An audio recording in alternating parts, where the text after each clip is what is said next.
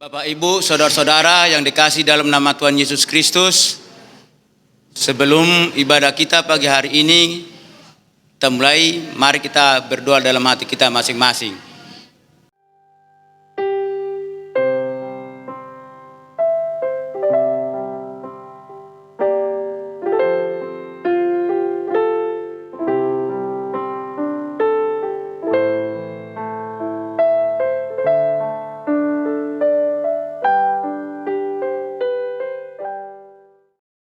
Amin.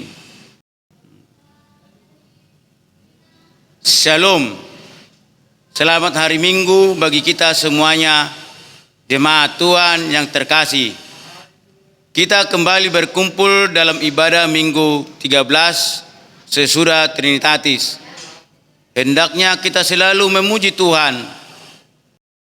Tuhan kita yang Tritunggal, yang selalu menyertai kita dalam perjalanan hidup kita, juga gerejanya. Hingga kini kita boleh berjalan dalam berbagai situasi yang terjadi. Marilah selalu melakukan segala pekerjaan yang baik, yang berguna dan menjadi sukacita bagi sesama kita. Terpujilah Allah yang Tritunggal, yang selalu menyertai perjalanan gerejanya, juga yang selalu mempersatukan kita dalam kasih-Nya. Topik minggu hari ini mengajak kita supaya kita saling menghargai dan mengasihi sesama kita. Sebab manusia tidak untuk diperjualbelikan. Hal itu tidak berkenan di hadapan Tuhan. Bahkan akan semakin membawa kita terjerumus ke dalam dosa. Merendah dirilah di hadapan Allah Tuhan kita. Marilah memulai ibadah kita angkat pujian bagi Tuhan. Kita bernyanyi dari Kidung Jemaat nomor 1 ayat 1 dan 2.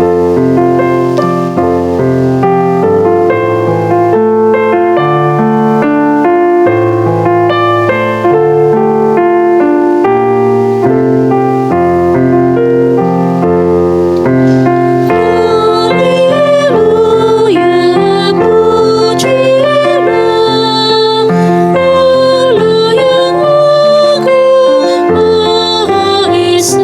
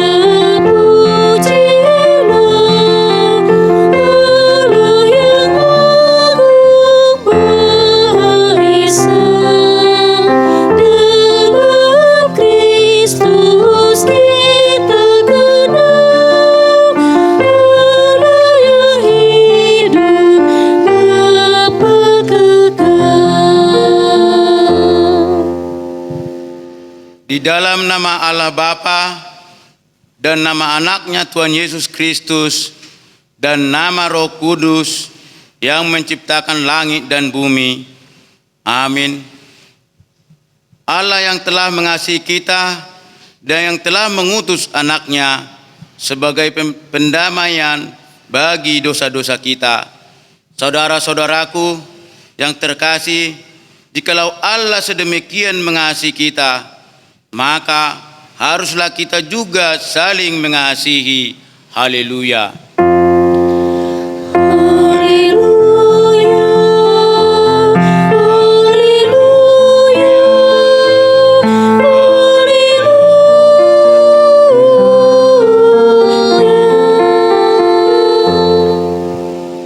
Marilah kita berdoa. Ya Tuhan Allah yang Maha Kuasa dan Maha Pengasih, kami merendahkan diri di hadapan-Mu dan memohon, penuhi dan terangilah hati kami dengan Roh-Mu, supaya kami semakin membenci dosa kami dan mulai merindukan firman-Mu yang kudus. Biarlah firman-Mu yang kudus tumbuh dalam hati kami, sehingga kami menghasilkan buah-buah yang baik. Kami mohon semuanya itu karena Tuhan Yesus Kristus, Tuhan kami. Amin. Mari kita bernyanyi dari Kidung Jemaat nomor 17 ayat 1.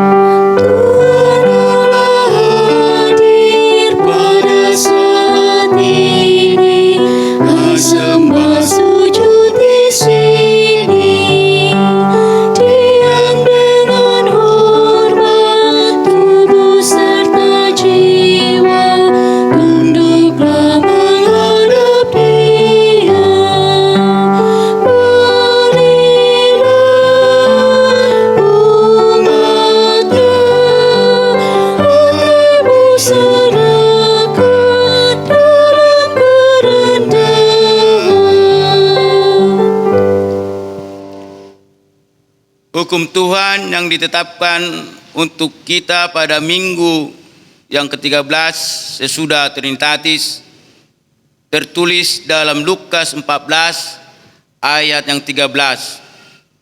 Tetapi apabila engkau mengadakan perjamuan, undanglah orang-orang miskin, orang-orang cacat, orang-orang lumpuh, dan orang-orang buta. Marilah kita bersama-sama berdoa memohon kekuatan dari Tuhan kita. Ya Tuhan Allah, kuatkanlah kami untuk melakukan yang sesuai dengan hukum-Mu. Amin. Amin. Mari kita bernyanyi dari Kidung Jemaat nomor 27 ayat 1-3. Tetapi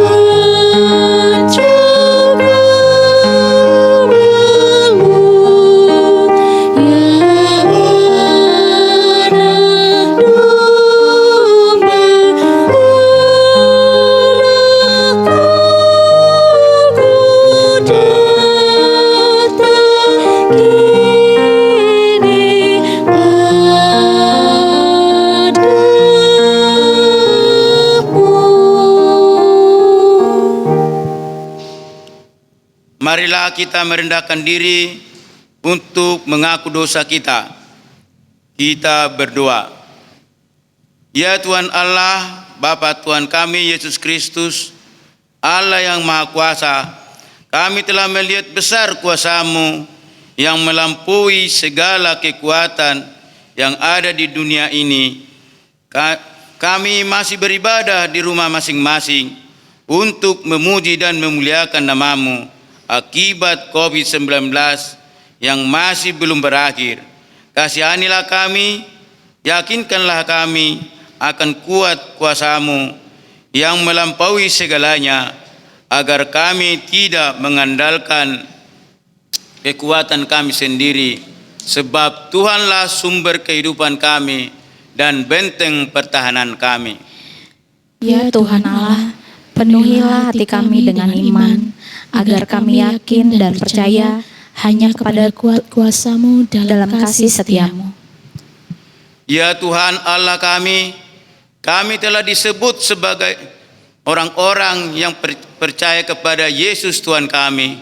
Oleh karena itu, kami harus hidup dalam peragaian yang baik di hadapan-Mu. Kami harus menjadi pelaku kasih terhadap sesama kami. Tetapi sering dalam hidup kami kembali melakukan yang tidak sesuai dengan kehendak-Mu. Kami sering seperti Yudas menyerahkan darah roh berdosa. Kami mempermalukan sesama manusia bagai benda yang diperjualbelikan. Ya Tuhan, kasihanilah kami, jauhkan kami dari perilaku yang jahat, karena itu tidak berkenan di hadapan-Mu. Ya Tuhan Allah kami, jauhkanlah dari hati kami perangai yang tidak baik, agar kami tidak memperjualbelikan sesama kami. Ya Allah Tuhan kami selalu memohon kepadamu agar berilah berkat-Mu bagi gereja-Mu, agar kami dapat beribadah di gereja-Mu, dan sesaat ini masih dalam proses pembangunan. Satukan hati Parhalado dan jemaat, jauhkan dari kami kuasa jahat, dan pemerintah kami, kiranya Tuhan memampukan mereka untuk mengatasi berbagai persoalan di negara kami ini, secara khusus masalah COVID-19 ini. Ya Tuhan Allah, kasihanilah kami, kiranya rencana gereja-Mu berjalan sesuai dengan kehendak-Mu. Ya Tuhan Allah Bapa Tuhan kami Yesus Kristus, Engkaulah Allah yang Maha Kuasa, pencipta segala sesuatu. Engkau adalah adil menghakimi semua orang. Kami datang ke hadapan-Mu mengaku segala dosa kami yang kami lakukan secara melanggar hukum-Mu, baik melalui perkataan kami yang tidak benar maupun karena nafsu keinginan duniawi yang selalu mempengaruhi kami. Kami patut mendapat murka Tuhan akibat dosa kami itu, tetapi Engkau adalah Tuhan pengasih dan penyayang. Kasihanilah kami, ampunilah segala dosa-dosa dan kesalahan kami di dalam anak-Mu, Tuhan Yesus Kristus. Karuniakanlah kami Roh Kudus, agar kami setia mengikuti Engkau di dalam kebenaran dan kekudusan, dan memperoleh hidup yang kekal yang Tuhan janjikan bagi setiap orang percaya kepada anak-Mu, Yesus Kristus dan Juru Selamat kami. Amin.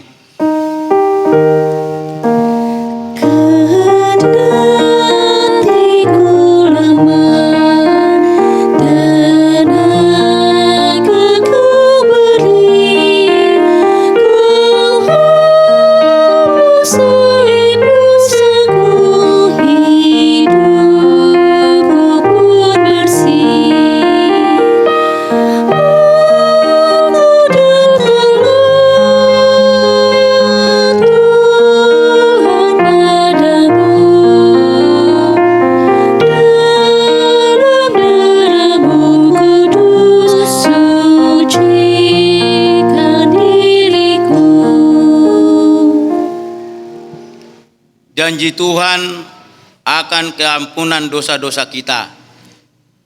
Tuhan adalah penyayang dan pengasih, panjang sabar dan berlimpah kasih setia.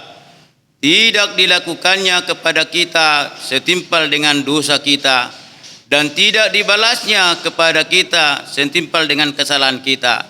Seperti Bapa sayang kepada anak-anaknya, demikianlah Tuhan sayang kepada orang-orang yang takut akan Dia. Kemuliaan bagi Allah di tempat yang maha tinggi. Amin. Mari kita bernyanyi dari Kidung Jemaat nomor 36 ayat 1.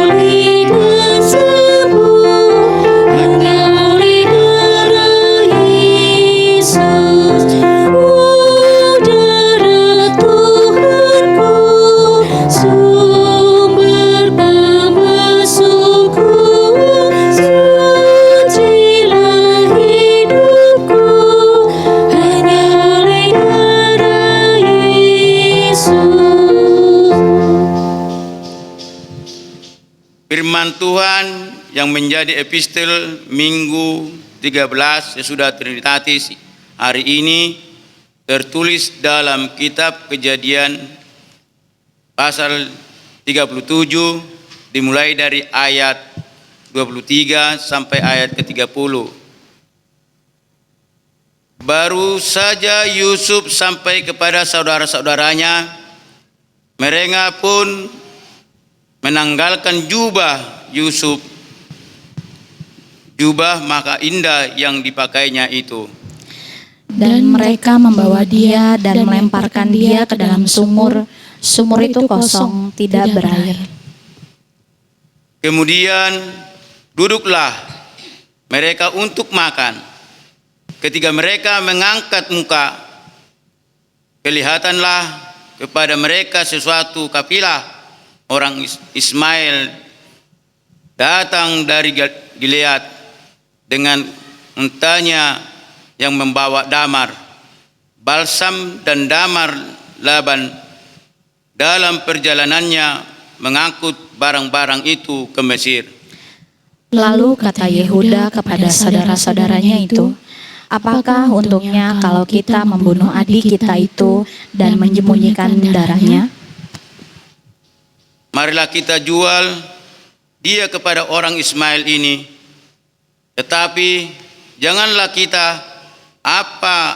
apakah dia, karena ia saudara kita, darah daging kita. Dan saudara-saudaranya mendengarkan perkataannya itu. Ketika ada saudara-saudara Midian lewat, Yusuf diangkat ke atas dari dalam sumur itu, kemudian dijual kepada orang Ismail itu dengan harga 20 sikal perak.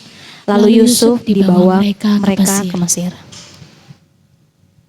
Ketika Ruben kembali ke sumur itu, ternyata Yusuf tidak ada lagi di dalamnya. Lalu dikoyakkanlah bajunya. Dan kembalilah ia kepada saudara-saudaranya, katanya, anak itu tidak ada lagi, kemanakah aku ini? Demikian isi firman Tuhan. Berbahagialah orang yang mendengar firman Tuhan serta memeliharanya dalam hatinya. Amin. Mari kita bernyanyi dari Kidung Jemaat nomor 369 ayat 2.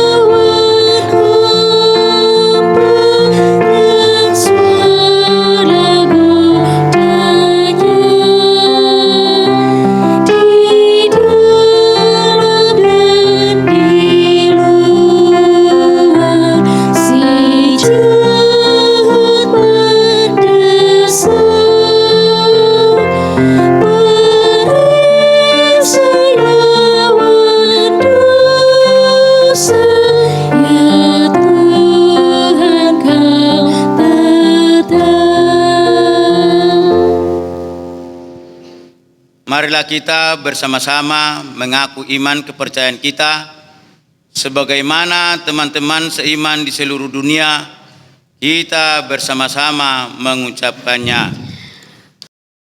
Aku percaya kepada Allah, Bapa yang Maha Kuasa, langit dan bumi.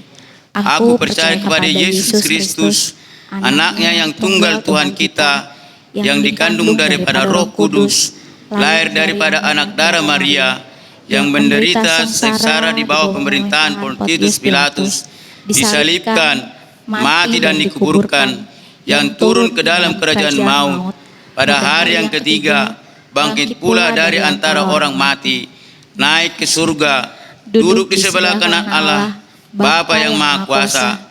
Dari sana akan datang kelak untuk menghakimi orang yang hidup dan yang mati. Aku percaya kepada Roh Kudus dan adanya satu gereja yang kudus dan am, persekutuan orang kudus, pengampunan dosa, kebangkitan daging, dan hidup yang kekal. Amin. Jemaat yang dikasihi Tuhan, warta jemaat dan keuangan minggu ini, Minggu tanggal 6 September 2020. Romawi 1. Berita duka cita. Pada hari Sabtu tanggal 29 Agustus 2020 telah meninggal dunia Bapak Sintua Dr. Andes Herman Nainggolan, tutup umur 70 tahun, suami dari Ibu M. Boru Situmorang. Alamat Perumahan Pisar Indah Pratama Blok P8 nomor 10, Sektor 6. Kita doakan semoga Tuhan Yesus memberi kekuatan serta penghiburan bagi semua keluarga yang ditinggalkan. Romawi 2. Berita pernikahan. Warta 1 dan 2 akan menerima pemberkatan nikah Saudara Sam Ferdinand Gultom, putra dari Bapak P. Gultom, Ibu Boru Dongoran, anggota Jemaat HKBP Cibinong, Resort Cibinong. Alamat Jalan Gudang BI Kapling Arapat 2, RT 06, RW 12, Cilangkap, Tapos, Sektor 9. Dengan tunangannya, Saudari Desi Pridasari Boru Sitorus, anggota Jemaat HKBP Cibinong, Resort Cibinong, putri dari Bapak B. Sitorus, Ibu Boru Simatupang. Alamat Keranggan Kulon, RT 5, RW 9, Kelurahan Jati Raden, Kecamatan Jati Sampurna. Pemberkatan nikah akan dilaksanakan pada hari Sabtu tanggal 12 September 2020 di Gereja HKBP Cibinong, Resort Cibinong, masuk pukul 9 WIB. Romawi 3, keuangan. Uang masuk Minggu tanggal 30 Agustus 2020 untuk kas jemaat Rp22.216.288. Untuk pembangunan Rp29 juta. Demikian warta jemaat kita hari ini. Semoga Tuhan Yesus memberkati kita semua. Mari kita bernyanyi dari Kidung Jemaat nomor 353 ayat 1.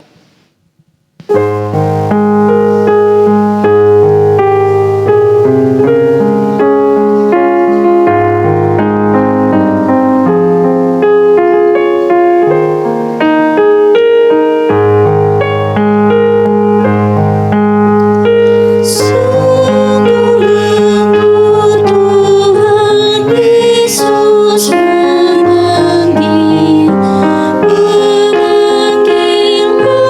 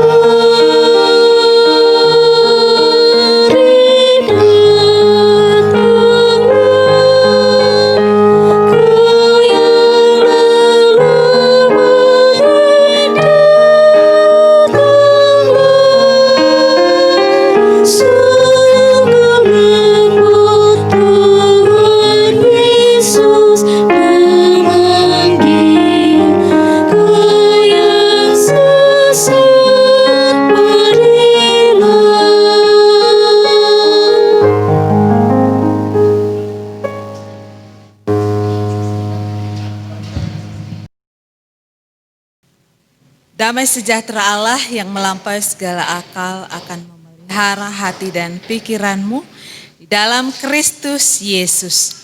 Amin. Bapak, Ibu, saudara-saudari yang terkasih,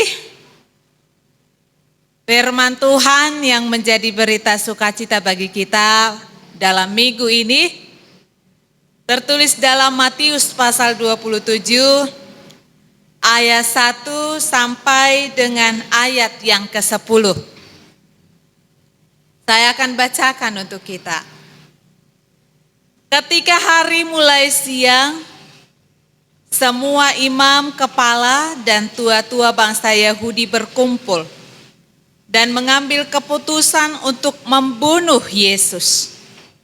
Mereka membelenggu Dia, lalu membawanya dan menyerahkannya kepada Pilatus, wali negeri itu. Pada waktu Yudas yang menyerahkan Dia melihat bahwa Yesus telah dijatuhi hukuman mati, menyesallah ia. Lalu ia mengembalikan uang yang 30 perak itu kepada imam-imam kepala dan tua-tua dan berkata, "Aku telah berdosa karena menyerahkan darah orang yang tak bersalah." Tetapi jawab mereka, "Apa urusan kami dengan itu? Itu urusanmu sendiri." Maka ia pun melemparkan uang perak itu ke dalam bait suci, lalu pergi dari situ dan menggantung diri.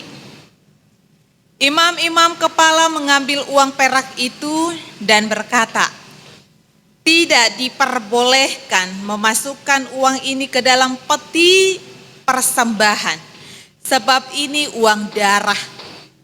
Sesudah berunding mereka membeli dengan uang itu tanah yang disebut tanah tukang periuk untuk dijadikan tempat pekuburan orang asing. Itulah sebabnya tanah itu sampai pada hari ini disebut tanah darah. Dengan demikian genaplah firman yang disampaikan oleh Nabi Yeremia. Mereka menerima 30 uang perak, yaitu harga yang ditetapkan untuk seorang menurut penilaian yang berlaku di antara orang Israel. Dan mereka memberikan uang itu untuk tanah tukang periuk seperti yang dipesankan Tuhan kepadaku. Demikianlah firman Tuhan. Bapak, Ibu, saudara-saudari yang terkasih, topik kita pada saat ini yaitu manusia tidak untuk diperjualbelikan. Biasanya yang diperjualbelikan itu apa? Yang pasti binatang ataupun makanan. Namun kalau manusia itu dalam topik ini dikatakan tidak diperjualbelikan. Kita mau lihat sebenarnya mengapa terjadi penjualbelian manusia. Kalau kita boleh melihat dalam perjanjian lama, itu disebabkan karena penjajahan, terjadi karena kemiskinan, dan banyak hal lain lagi. Namun kita melihat dalam nats ini ada dua hal yang membuat manusia itu diperjualbelikan. Adanya human trafficking atau jual beli manusia menunjukkan bahwa ada manusia yang diperdagangkan dan ada yang menjadi pedagang manusia. Ini sudah menunjukkan bahwa manusia sebagai citra Allah diturunkan derajatnya seperti binatang yang diperjualbelikan. Dalam arti itu manusia sebenarnya sudah keluar dari kehendak Allah. Maka kita mau lihat apakah penyebab terjadinya jual beli dalam nats kita pada minggu ini. Yang pertama adalah karena kebencian. Siapa yang benci dalam nats ini? Kita boleh lihat imam, kepala, dan tua-tua bangsa Yahudi. Mereka mengambil keputusan untuk membunuh Yesus.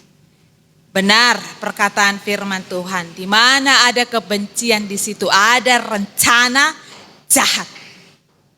Dalam 1 Yohanes 3 ayat 15, setiap orang yang membenci saudaranya adalah seorang pembunuh manusia, dan kamu tahu bahwa tidak ada seorang pembunuh yang tetap memiliki hidup yang kekal di dalam dirinya. Apa yang menyebabkan para imam dan tua-tua Yahudi atau orang Farisi begitu membenci Yesus?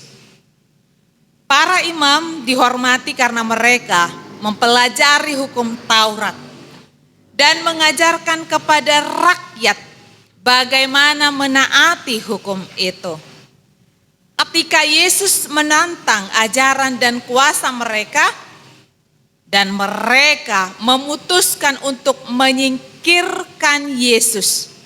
Menurut mereka, Yesus sungguh menjadi ancaman bagi mereka, mengancam kedudukan dan kekuasaan mereka. Inilah yang membuat mengapa begitu bencinya para imam dan juga tua-tua bangsa Yahudi. Ternyata bukan hanya dalam kehidupan para imam dan tua-tua bangsa Yahudi saja. Kalau kita boleh renungkan epistel pada hari ini, di mana Yusuf juga diperjualbeli oleh saudaranya. Mengapa saudaranya menjual Yusuf? Mereka bukanlah orang miskin, tetapi karena mereka benci kepada Yusuf. Karena Yusuf sangat disayangi oleh ayahnya Yakub.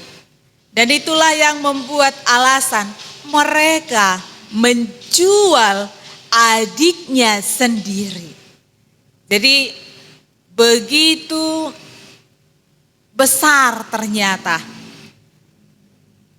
kebencian itu bisa membawa malapetaka. Kebencian itu bisa memunculkan kejahatan di dalam kehidupan kita. Maka jikalau pada saat ini para imam, kepala, dan tua-tua bangsa Yahudi dalam nats ini mereka melakukan negosiasi dengan Yudas Iskariot. Hal yang kedua, apa yang membuat terjadi jual beli manusia dalam nats ini? Yang kedua adalah cinta uang. Kalau biasa kita dengar, orang selalu menyalahkan uang yang disalahkan. Yang sebenarnya yang salah adalah orangnya. Bagaimana dia memakai uang tersebut. Jadi kalau uang itu tidak salah, tetapi orang yang memakai uang tersebut menyalahgunakan. Kita boleh lihat dalam 1 Timotius pasal 6 ayat 10. Karena akar segala kejahatan ialah cinta uang.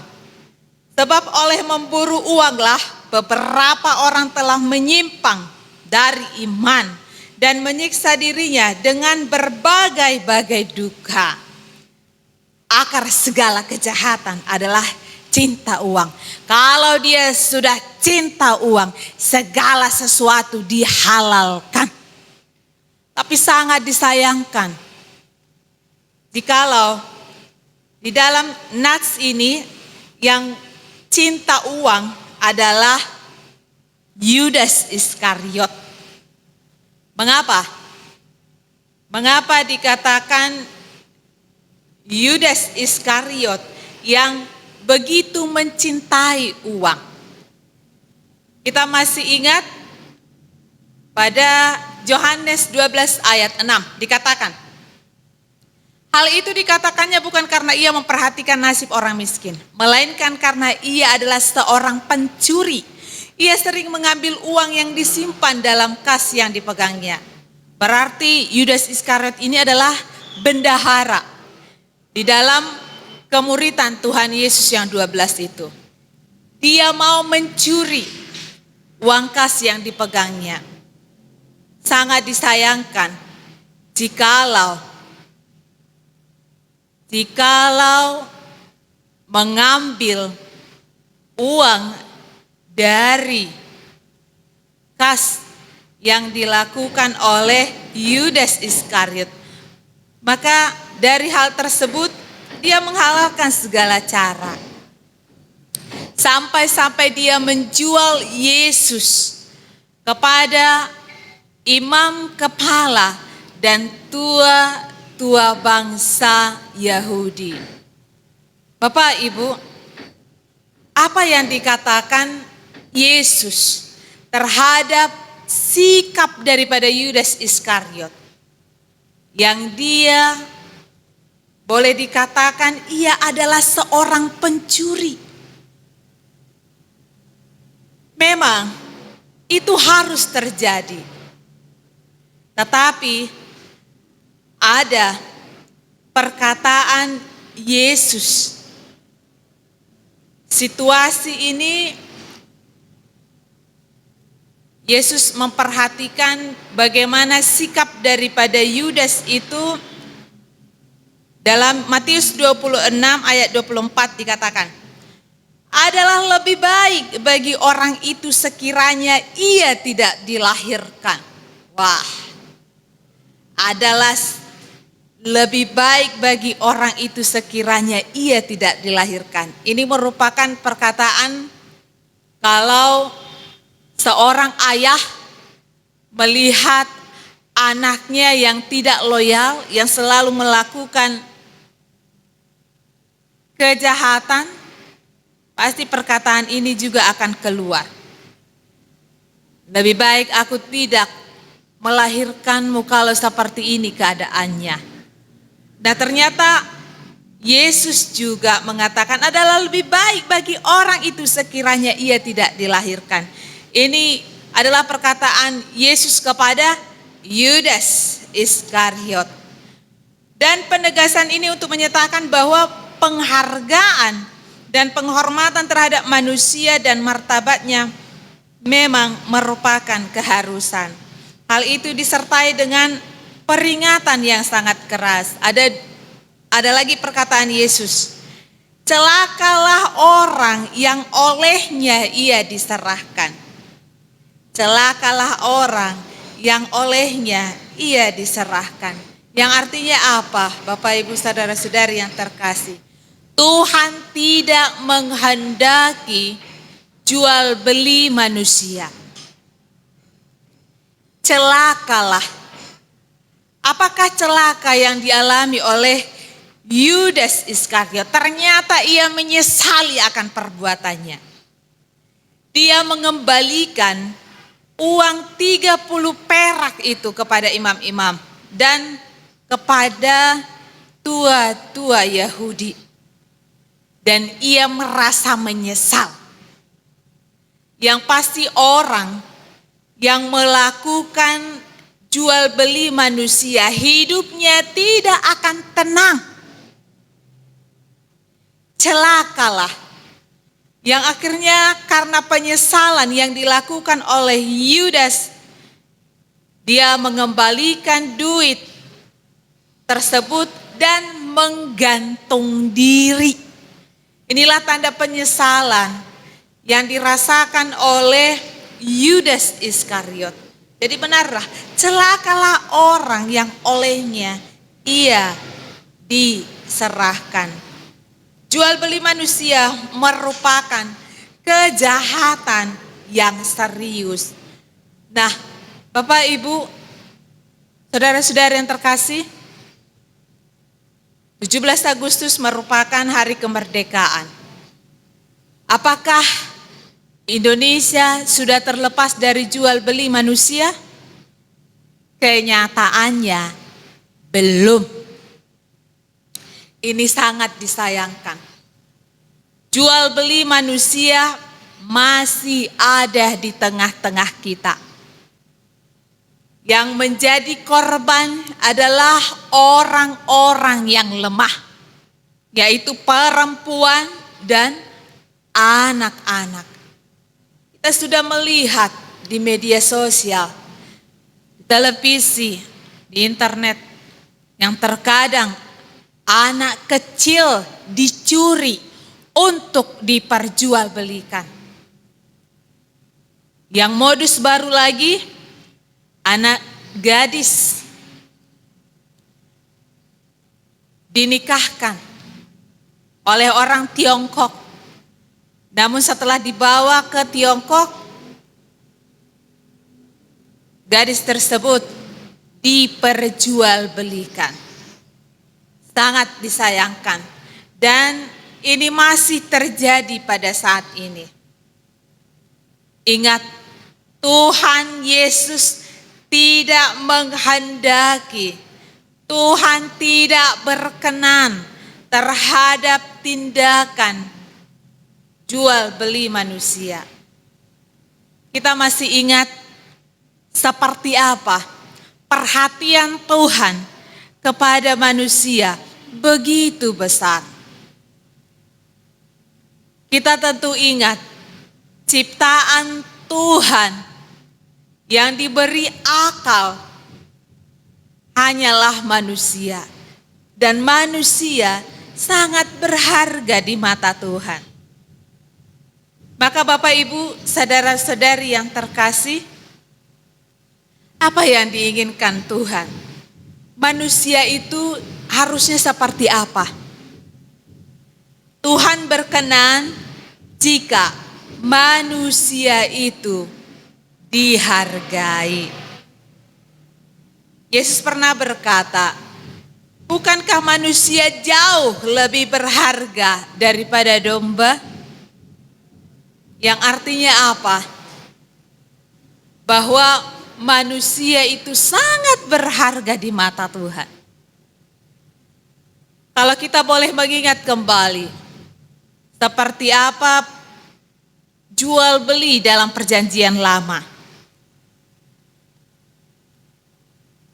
Begitu berharganya manusia, Tuhan memberikan aturan kepada bangsa Israel.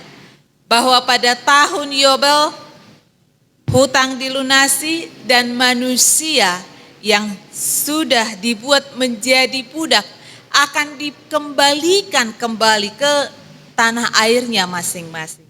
Ini sebagai tanda perhatian Allah yang begitu besar kepada manusia.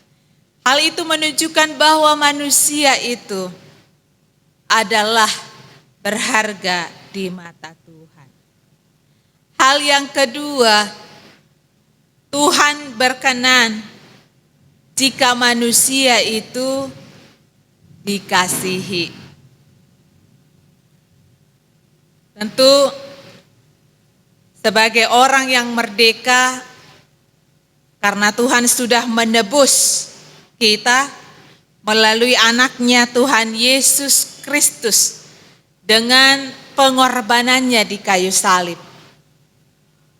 Tuhan sudah menebus yang artinya itu dilakukan Yesus karena kasih-Nya kepada umat-Nya. Dia mengorbankan diri agar kita terbebas dari perhambaan dosa. Maka mari Bapak Ibu, saudara-saudari yang terkasih, kita saling mengasihi manusia.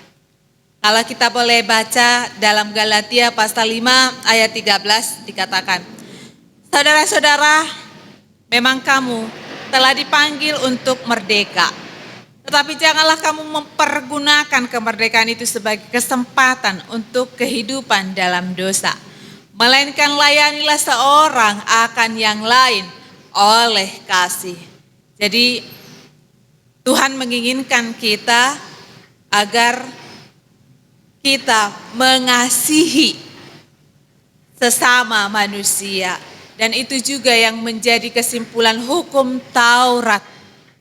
Mengasihi Allah dan mengasihi sesama manusia. Kiranya kita saling memperhatikan sesama manusia.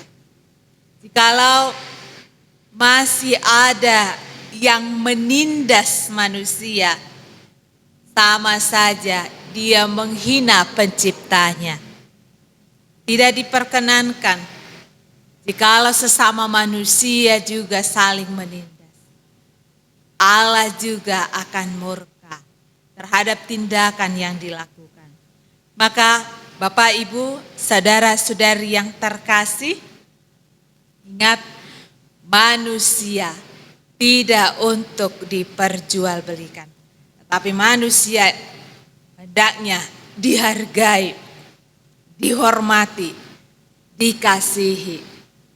Karena itu merupakan perintah Allah kepada kita, semua umat manusia. Semoga jual beli boleh disikapi oleh aparat keamanan, sehingga tidak ada lagi yang menjadi korban jual beli atau perdagangan manusia. Maka Bapak, Ibu, saudara-saudari yang terkasih, mari sebagai umat Kristen kita selalu menunjukkan sikap menghargai, mengasihi, dan memperdulikan sesama kita manusia. Amin, kita berdoa. Bapa yang bertahta di kerajaan sorga, kami bersyukur ya Tuhan, jikalau Tuhan mengingatkan kami kembali. Tuhan tidak berkenan jikalau manusia itu diperjualbelikan. Karena manusia itu berharga di hadapan-Mu. Manusia itu adalah ciptaan yang mulia. Engkau selalu menghargai, selalu memberikan perhatian kepada umat manusia. Tuhan, jadikan kami menjadi umat yang menuruti akan perintah-Mu, yaitu mengasihi Allah dan mengasihi sesama manusia. Jauhkan dari kami Tuhan kebencian, jauhkan dari kami Tuhan cinta uang yang bisa menimbulkan kejahatan. Tuhan Yesus, ampunilah kesalahan kami. Jikalau kami pernah mendukakan hati-Mu melalui sesama kami umat manusia, biarlah Tuhan berkenan untuk senantiasa hadir dalam kehidupan kami, memberikan hikmat sehingga kami dimampukan untuk melakukan perintah-Mu. Tuhan, kami juga berdoa secara khusus buat HKBP Cibinong yang pada saat ini masih dalam proses pembangunan. Tuhan Yesus yang memberkati jemaat dan parhalado agar bersatu padu untuk memberikan yang terbaik bagi gereja-Mu. Dan tidak lupa bagi para tukang juga yang memikirkan pembangunan ini juga, untuk boleh Kau beri kesehatan, kekuatan, dan hikmat yang daripada-Mu. Sehingga kami boleh menikmati akan sukacita yang daripada-Mu Tuhan. Tuhan Yesus, kami tidak lupa berdoa buat jemaat-Mu yang pada saat ini mengalami sakit penyakit. Kiranya Tuhan beri kesembuhan. Tuhan juga beri penghiburan kepada saudara kami yang berduka. Kami juga berdoa buat kerinduan hati jemaat-Mu yang rindu akan pasangan hidup, yang rindu akan keturunan, yang rindu akan keluarga harmonis. Kiranya Tuhan campur tangan di dalamnya. Dan kami mau Tuhan boleh menyempurnakan firman-Mu pada saat ini. Biarlah Roh Kudus-Mu yang menyempurnakannya sehingga kami boleh hidup di dalam firman-Mu. Terima kasih Tuhan, kami adalah orang yang berdosa, ampuni dosa kesalahan kami, agar kami semakin layak di hadapan-Mu. Terpujilah Engkau Tuhan, sekarang sampai selama-lamanya. Amin. Kita bernyanyi sambil mengumpulkan persembahan.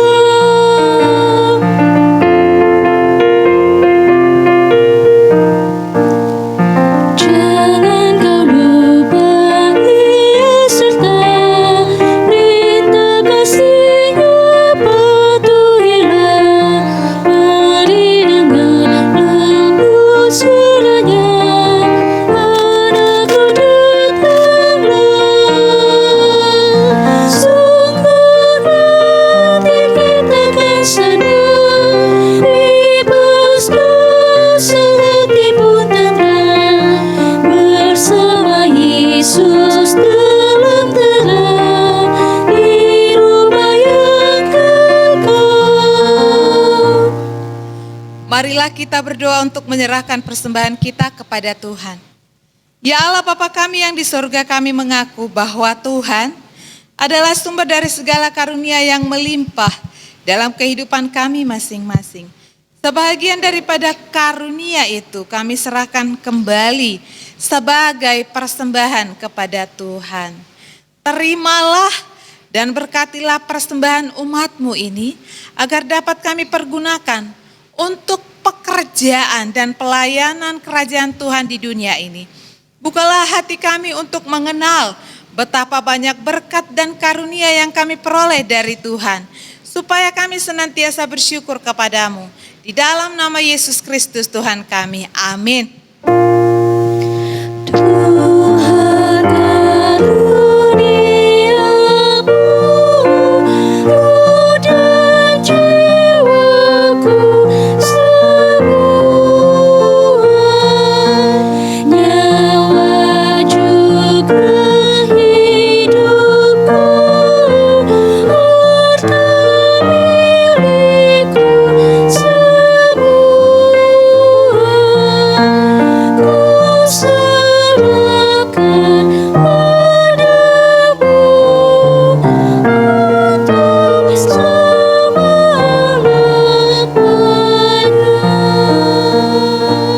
Bapa kami yang di sorga, dikuduskanlah namamu, datanglah kerajaanmu, jadilah kehendak-Mu di bumi seperti di sorga. Berikanlah kami pada hari ini makanan kami yang secukupnya, dan ampunilah kami akan kesalahan kami, seperti kami juga telah mengampuni orang yang bersalah kepada kami. Dan janganlah membawa kami ke dalam pencobaan, tetapi lepaskanlah kami daripada yang jahat.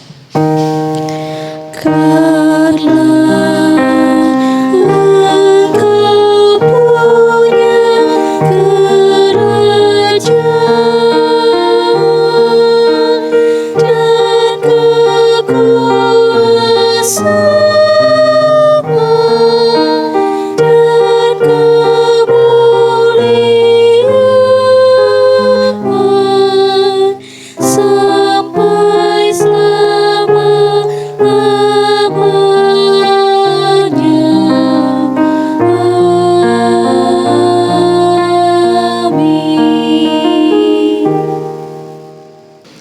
memberkati dan melindungi engkau.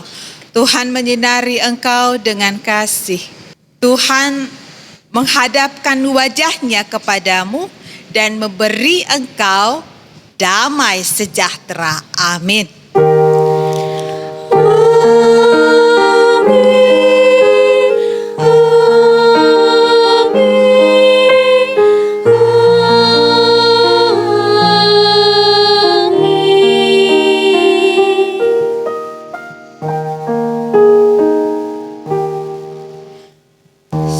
Selamat hari Minggu bagi kita semua.